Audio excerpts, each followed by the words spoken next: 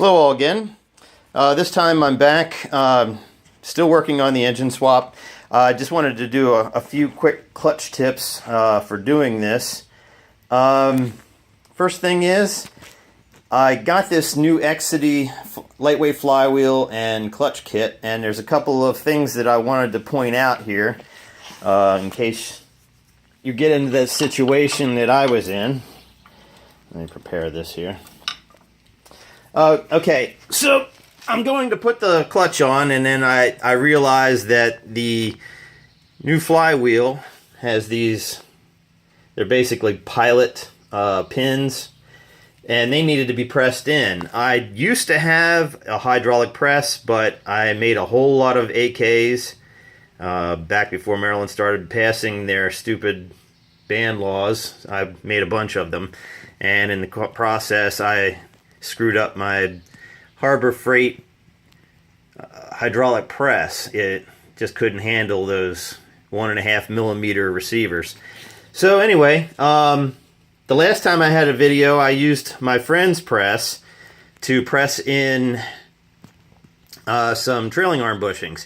Well, I had returned it, and I'm hesitant to buy one because even though they're cheap at Harbor Freight, I use it maybe once every 1 or 2 years, and for the most part I don't really need one on hand, and it just takes up room in my shed, so I haven't bought a new one. So I get to this past Friday, and I get to the point where I need to install these, and you tap them in first with a mallet, keeping it on a flat surface, and you might want to put your foot on the opposite side of it until it's just in there. And they have one side of these, you can see they put a slight taper on. That's the end that goes in. I put a tiny amount of grease around it just to help guide it in. And you tap it in just to get started with a mallet. And then normally you would put this on a hydraulic press. Well, my buddy was out of town who has a hydraulic press, and I really wanted to get this in. So here's how you put it in if you don't have a hydraulic press. Okay, in a nutshell, I'm just going to briefly describe how to do it. You're going to use a vise, okay?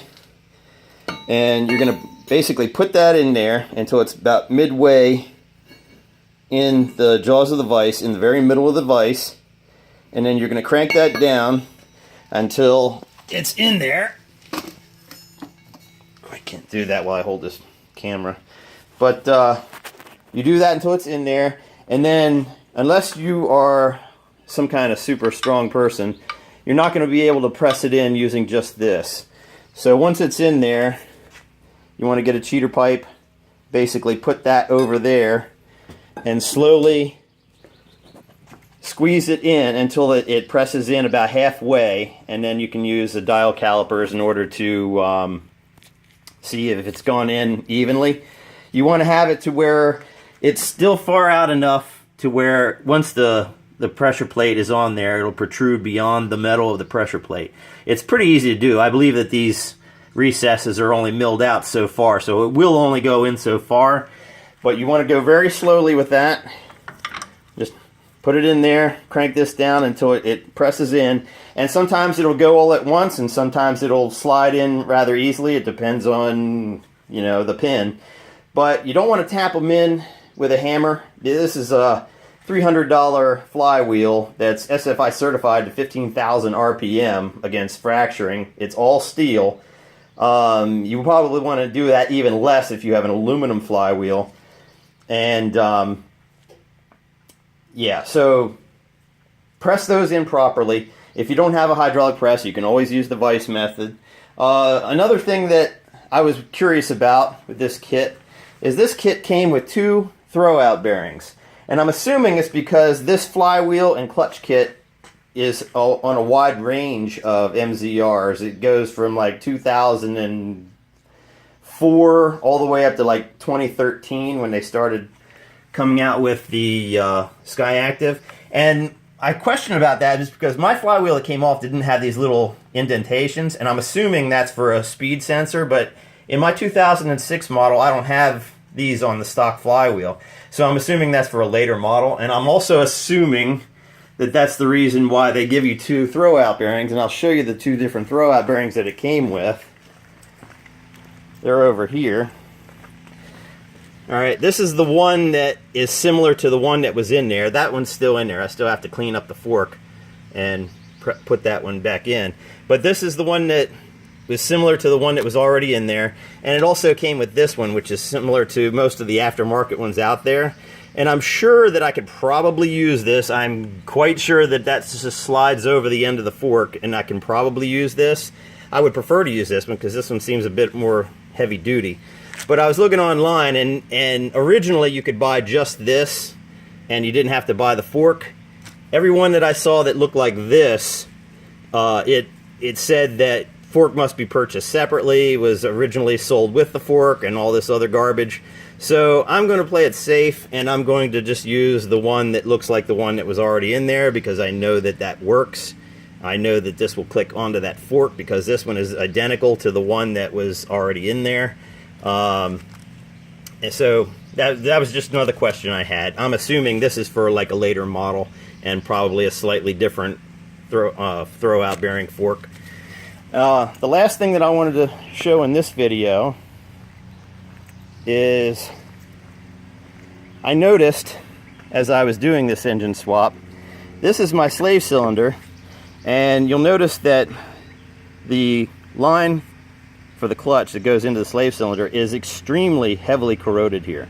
I'm putting in a slightly harder clutch than this, and the way my luck runs, I would have reinstalled this with this in place, and first thing I know, I would have had a pinhole leak from the extra pressure having to actuate the clutch. So I'm going to replace that. I got the stock replacement here. I got this from a place called Mazda Swag. I think they're in Illinois, and they've been pretty good about getting stuff to you pretty readily, and it's all Mazda factory stuff that they sell. And in order to install this, according to the manual, you pull out this clip here, and that will release it. Same thing for down here, right there. You pull the clip out and to pull straight out, and that will release that. In order to put it in, you first put the clip in all the way and then push that in until it pushes past the retaining clip and it clicks. That's the simple installation on that. But when you're doing, and whenever you're doing anything like this, I mean, this is good preventative maintenance. The way my luck goes, and I have really crappy luck, I would have put this back in there, and as soon as I started using this heavier pressure clutch, that would have started leaking, and I would have had to replace it. The time to replace that really is now. All this stuff is out of the way. In order to replace this after it was already in the car, I would have had to at least taken out like the clutch the battery box and everything that's over top of this, including probably, but maybe not, the transmission mount. So when you're doing this kind of thing, keep an eye out for stuff like that, because obviously this is much easier to do now than after I had everything back in place. Alright, that's it for now. Take care. Hope you got something out of this video, and good day.